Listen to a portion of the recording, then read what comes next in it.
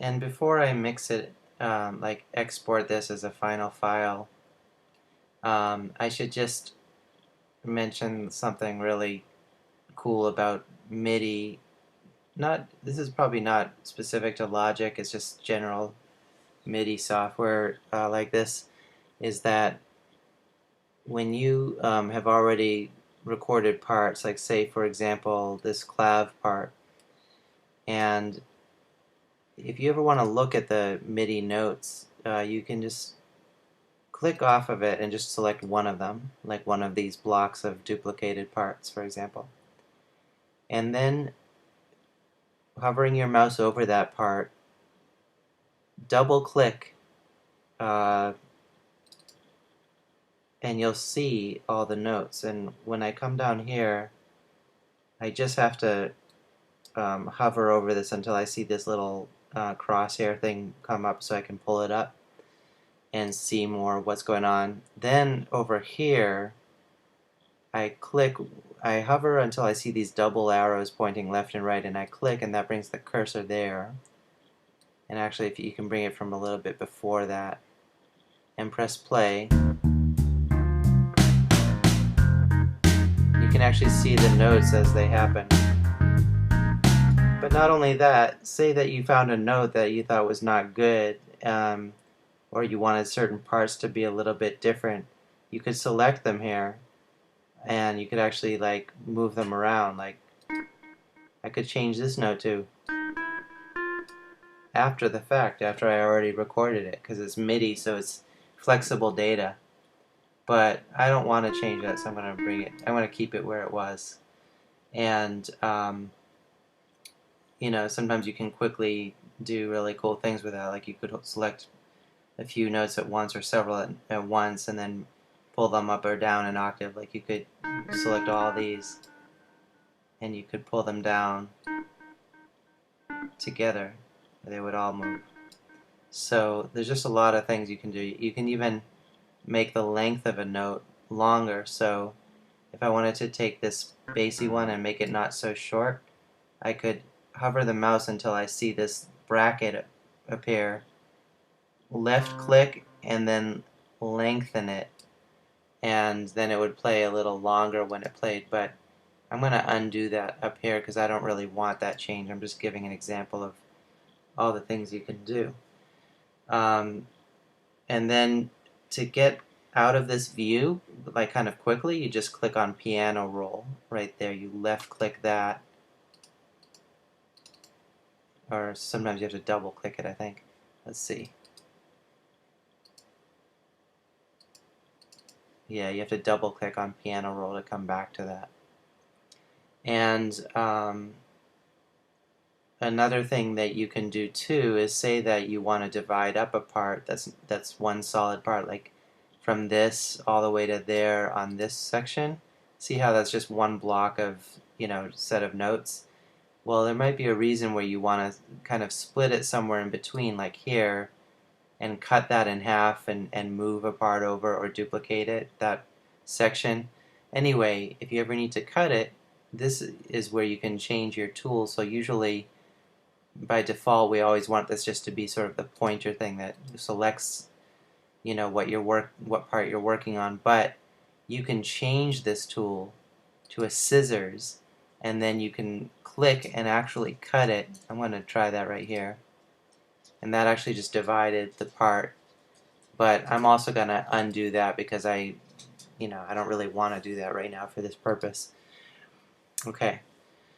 So anyway, to export this, in terms of the overall sound, I think, you know, I balanced it out to a point where I felt like I got the mix right, the way I wanted the mix. Now, the next thing you want to do is you want to look down here. Actually, first of all, just make sure the metronome is not playing, like, take the metronome out, which the metronome is up here, because you can see that the metronome itself is putting things into the red, which is a place you don't want to be. When this turns like solid red like that, it means that the sound peaked, and it's not actually happening on this recording. It's just that this metronome was on. So and then you can reset it by just clicking that. And whenever you listen back to a mix or your current mix of these different tracks that you've recorded, you want to make sure that you don't see this going into the red, and especially not staying in the red. So one good technique is to just bring this down a little more before you're going to do the final mix, because you just want to be really sure. If you wanted, you could try to bring it up as much as possible, like to 0, and see if that peaks at all.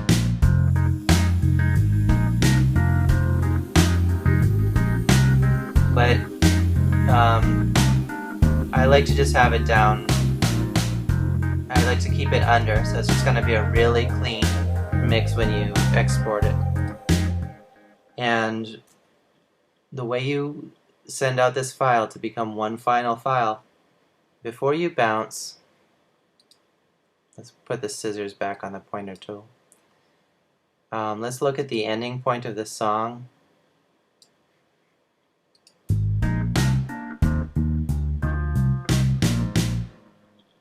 And actually, the clav has a little bit of delay hangover that goes beyond the, it can't really end right there, for example. So I'm going to see what point does this bring me to when I come out a little bit further. Or even here, it's probably enough. I would say 34.311. That's the point that this is in the linear time. I mean the linear, bars that are on this project. So I would say 34.311 is a good ending point, and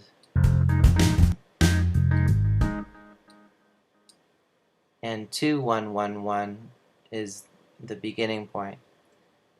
Another technique might be to just select everything and like this, and when you go to File, Bounce, Project or Section, you can see that because I selected the whole thing from beginning to end, it exactly marked it at this point. So I'm just going to push off the 34 one to go a little further. I think it was 3. Further than the end. And I'm just talking about, we're going to be basically exporting this whole thing from this point to that point, actually right around there. So the other thing is you want to make sure that this normalize is on, because what that's going to do is it's going to, remember I brought this down below the maximum possible? Normalize is going to make the final volume up as high as it can be, without peaking or having any digital, errors resulting from being over. It would be worse if you started too much on this. So this actually will bring it up to the perfect point of volume. And then for now we're just doing this 24-bit wave, and I'm going to export it by clicking OK, and then it's going to give me a dialog to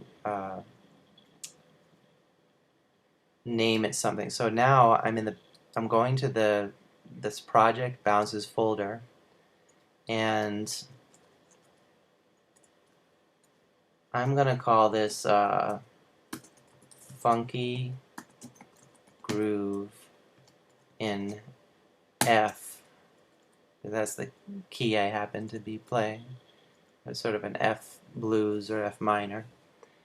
And I like to add in that this is a 24-bit file.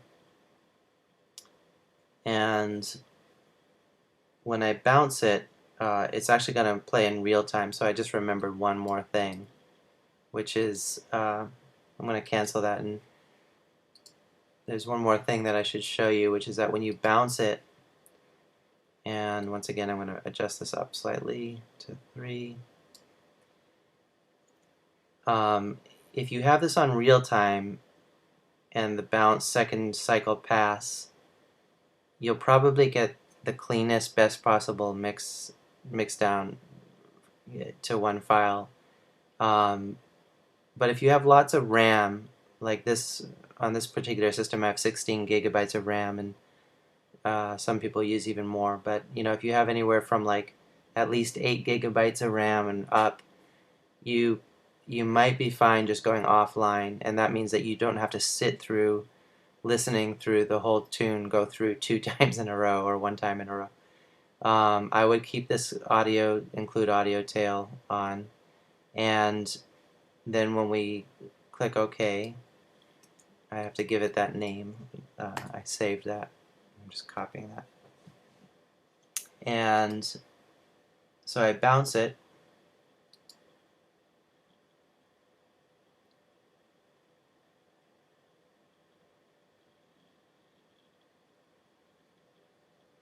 Okay, that's actually already done. Now this is kind of cool. If you think about it, I could demonstrate making an audio track where we can just hear in this project arrange window, where we can hear that bounce that we just did. I won't make you listen through the whole thing, but I'm going to click plus for a new track, but this time I'm going to choose audio, and I'm going to click create, and in this audio track I'm going to just call it 24-bit master. You can type right in these sections and name them what you want them to be. So I'm going to bring in that file that we just bounced, that we just created. I'm going to import it. I'm going to bring that in, and actually where it really started is like that. That's how it should have been lined up. And now I'm going to solo it, and I'm going to put this volume at exactly 0. This is the master volume, and it should be that when we see this it get lit up as the volumes come in. When we solo it, all we're hearing is this one bounce file.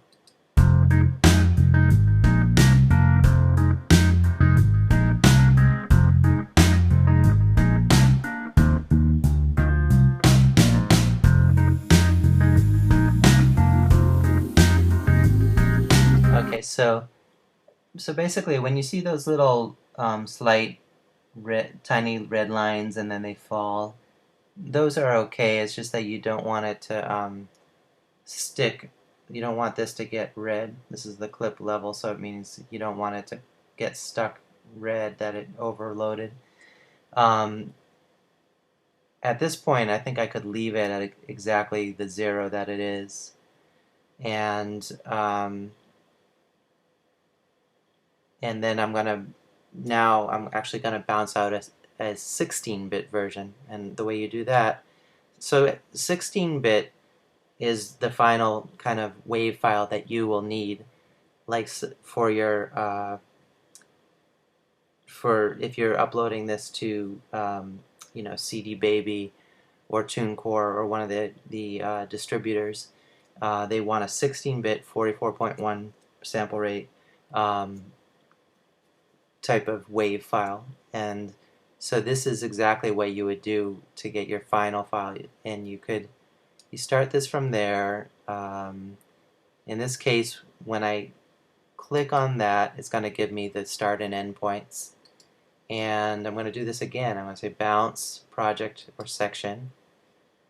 And you see how it's chosen exactly what was selected on the file itself. So I don't know, it's interesting. I thought this could end at around 3, but it sort of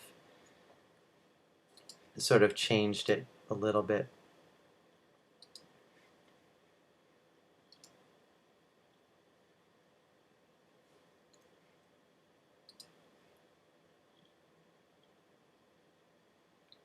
And okay, so this is what I was going to say, is that you had to change this to 16-bit. You'll almost, I don't think you'll ever want to do 8-bit these days. And so your combination of a standard stereo single, a final file that's stereo, the same kind that would be a track on any CD that you've ever heard, or any kind of, you know, iTunes formats or anything that's standard in the industry. The final version is 16-bit and 44.1. And here's the thing, use dithering. I highly recommend that you either use the UV22HR or this one called POW R number 3. I don't really, the other two are okay. And what dithering is about is it's just what is the algorithm that it uses to lower from 24-bit file that this is right here to 16-bit, and keeping the lowest sort of noise to music ratio, like keeping that as low as possible. So there's some videos and information out there online if you ever want to look at dithering. Search something like dithering from 24-bit to 16-bit, and you'll find all kinds of great information to give you better technical explanations than what I'm saying here. So then you always want the file to end up being just interleaved, and so I'm going to choose the POW-R number 3 for today. Oh no, actually I'm going to use the UV22HR. And then I'm going to just click OK. I still can do this offline. And this time in my file name, I highly recommend that you, on your masters, that you add that 16-bit, just so you remember right away when you see that file name. And I bounce.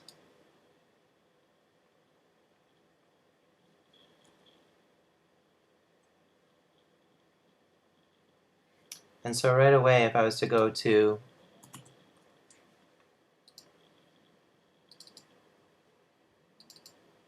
the folder that has the bounces in this project, I'm going to listen to the 16-bit one, and this is how it sounds. Final 16-bit file, 15 megabytes. By the way, look, at a 24-bit file is 23 megabytes in size. The 16-bit one is 15 megabytes.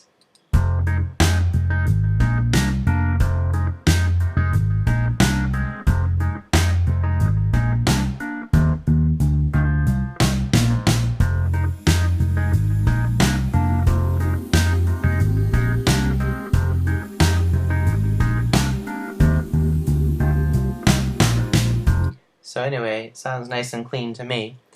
And if you ever wanted to, just go direct from your project to, say, make a quick demo for someone that you're working with, and you want them just to hear, say you're collaborating and you just want to bounce ideas back and forth with each other, one thing you could do here is when you bounce, so actually what I need to do here is unsolo this. In fact, I'm going to mute this track because I don't want to double up what it's going to do. We just want to be able to hear these original tracks. And what I would do is to make something like an MP3, for example, you could just bounce direct from this project. So you bounce, and notice how this is checkmark. You just uncheck that, highlight MP3, checkmark that, and then I would recommend, these days, at least if you want to make a really good MP3, like at least 320 is sort of the maximum. And if you want a smaller file size MP3, you could go 192, but just keep it at 320, and always go for highest quality. Use best encoding. I wouldn't filter off frequencies below 10 hertz because then you're just losing some of the data of the sound. And I would keep the stereo normal quality, not joint stereo. From this point, if you wanted, you could start writing some tags of information. So, I could put funky groove in F.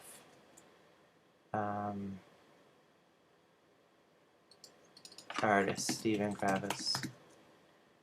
I could give at least that information, right? And then this is actually wrong. It says initial key. I might as well say F. I don't know if I had a lot. Actually, it's F minor. Okay. And OK. And then from there, again, I could do it offline. And I want to adjust this to at least 3. The other one went up to 4. And then I would just click OK, and then that'll make me an MP3 of the song as well.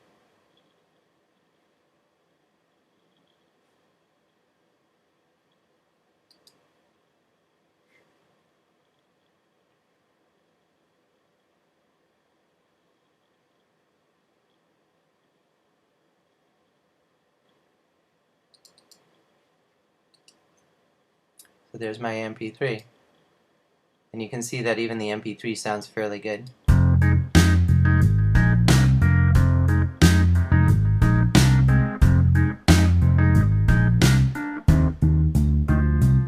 But your best, the final master that you'll need for, distributing, like if you're going to put it through CD Baby, for example, and start distributing to iTunes and Spotify and everywhere, you have to provide them these days with a 16-bit wave. And I believe at some point in the very near future, they are going to start allowing us to upload 24-bit files because there's probably going to become more distribution of downloadable, really high quality audio. So I would highly recommend saving your 24-bit masters.